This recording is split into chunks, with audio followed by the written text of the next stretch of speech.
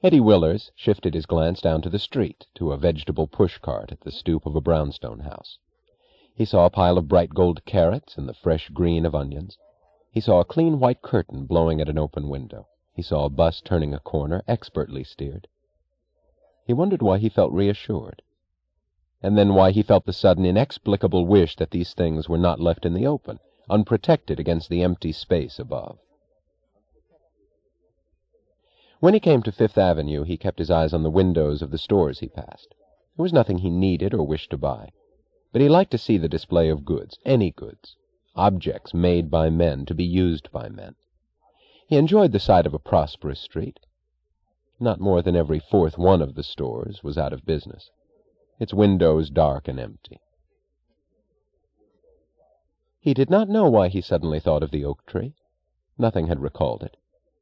But he thought of it, and of his childhood summers on the Taggart estate. He had spent most of his childhood with the Taggart children, and now he worked for them, as his father and grandfather had worked for their father and grandfather. The great oak tree had stood on a hill over the Hudson in a lonely spot on the Taggart estate. Eddie Willers, aged 7, liked to come and look at that tree. It had stood there for hundreds of years, and he thought it would always stand there. Its roots clutched the hill like a fist, with fingers sunk into the soil. And he thought that if a giant were to seize it by the top, he would not be able to uproot it, but would swing the hill and the whole of the earth with it, like a ball at the end of a string. He felt safe in the oak tree's presence. It was a thing that nothing could change or threaten. It was his greatest symbol of strength. One night lightning struck the oak tree. Eddie saw it the next morning. It lay broken in half, and he looked into its trunk as into the mouth of a black tunnel. The trunk was only an empty shell. Its heart had rotted away long ago. There was nothing inside, just a thin gray dust that was being dispersed by the whim of the faintest wind. The living power had gone, and the shape it left had not been able to stand without it. Years later, he heard it said that children should be protected from shock, from their first knowledge of death, pain, or fear. But these had never scared him. His shock came when he stood very quietly, looking into the black hole of the trunk.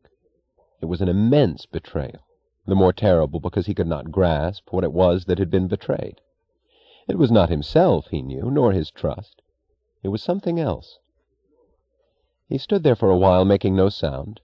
Then he walked back to the house. He never spoke about it to anyone then or since. Eddie Willers shook his head as the screech of a rusty mechanism changing a traffic light stopped him on the edge of a curb. He felt anger at himself. There was no reason that he had to remember the oak tree tonight. It meant nothing to him any longer, only a faint tinge of sadness, and somewhere within him a drop of pain, moving briefly and vanishing like a raindrop on the glass of a window, its course in the shape of a question mark. He wanted no sadness attached to his childhood. He loved its memories. Any day of it he remembered now seemed flooded by a still, brilliant sunlight. It seemed to him as if a few rays from it reached into his present. Not rays, more like pinpoint spotlights, that gave an occasional moment's glitter to his job, to his lonely apartment, to the quiet, scrupulous progression of his existence. He thought of a summer day when he was 10 years old. That day in a clearing of the woods, the one precious companion of his childhood told him what they would do when they grew up. The words were harsh and glowing like the sunlight. He listened in admiration and in wonder. When he was asked what he would want to do, he answered at once, "Whatever is right," and added, "You ought to do something great. I mean the two of us together." "What?" she asked. He said, "I don't know. That's what we ought to find out. Not just what you said, not just business and earning a living. Things like winning battles or saving people out of fires or climbing mountains." "What for?" she asked. He said, "The minister said last Sunday that we must always reach for the best within us." "What do you suppose is the best within us?" "I don't know." "We'll have to find out." She did not answer. She was looking away up the railroad track. Eddie Willers smiled. He had said, "Whatever is right," 22 years ago. He had kept that statement unchallenged ever since. The other questions had faded in his mind. He had been too busy to ask them, but he still thought it self-evident that one had to do what was right. He had never learned how people could want to do otherwise.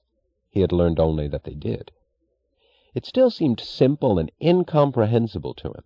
Simple, that things should be right, and incomprehensible that they weren't. He knew that they weren't. He thought of that as he turned a corner and came to the great building of Taggart Transcontinental. The building stood over the street as its tallest and proudest structure. Eddie Willers always smiled at his first sight of it. Its long bands of windows were unbroken, in contrast to those of its neighbors. Its rising lines cut the sky with no crumbling corners or worn edges. It seemed to stand above the years untouched. It would always stand there, thought Eddie Willers. Whenever he entered the Taggart building, he felt relief and a sense of security. This was a place of competence and power. The floors of its hallways were mirrors made of marble. The frosted rectangles of its electric fixtures were chips of solid light. Behind sheets of glass, rows of girls sat at typewriters, the clicking of their keys like the sound of speeding train wheels.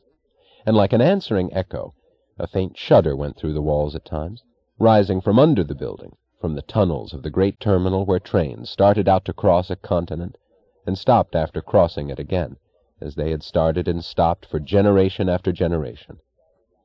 Taggart Transcontinental, thought Eddie Willers, from ocean to ocean, the proud slogan of his childhood, so much more shining and holy than any commandment of the Bible. From ocean to ocean, forever, thought Eddie Willers, in the manner of a rededication, as he walked through the spotless halls, into the heart of the building, into the office of James Taggart, president of Taggart Transcontinental. James Taggart sat at his desk. He looked like a man approaching 50 who had crossed into age from adolescence without the intermediate stage of youth. He had a small, petulant mouth and thin hair clinging to a bald forehead. His posture had a limp, decentralized sloppiness, as if in defiance of his tall, slender body, a body with an elegance of line intended for the confident poise of an aristocrat, but transformed into the gawkiness of a lout. The flesh of his face was pale and soft. His eyes were pale and veiled, with a glance that moved slowly, never quite stopping, gliding off and past things in eternal resentment of their existence. He looked obstinate and drained. He was 39 years old. He lifted his head with irritation at the sound of the opening door. "Don't bother me, don't bother me, don't bother me," said James Taggart. Eddie Willers walked toward the desk. "It's important, Jim," he said, not raising his voice. All right, what is it?" Eddie Willers looked at a map on the wall of the office. The map's colors had faded under the glass. He wondered dimly how many Taggart presidents had sat before it, and for how many years. The Taggart Transcontinental Railroad, the network of red lines, slashing the faded body of the country from New York to San Francisco, looked like a system of blood vessels. It looked as if once, long ago, the blood had shot down the main artery, and under the pressure of its own overabundance had branched out at random points, running all over the country. One red streak twisted its way from Cheyenne, Wyoming, down to El Paso, Texas, the Rio Norte line of Taggart Transcontinental. New tracing had been added recently, and the red streak had been extended south beyond El Paso. But Eddie Willers turned away hastily when his eyes reached that point. He looked at James Taggart and said, "It's the Rio Norte line." He noticed Taggart's glance moving down to a corner of the desk. "We've had another wreck." "Railroad accidents happen every day. Did you have to bother me about that?" "You know what I'm saying, Jim. The Rio Norte is done for. That track is shot down the whole line." "We are getting a new track." Eddie Willers continued as if there had been no answer.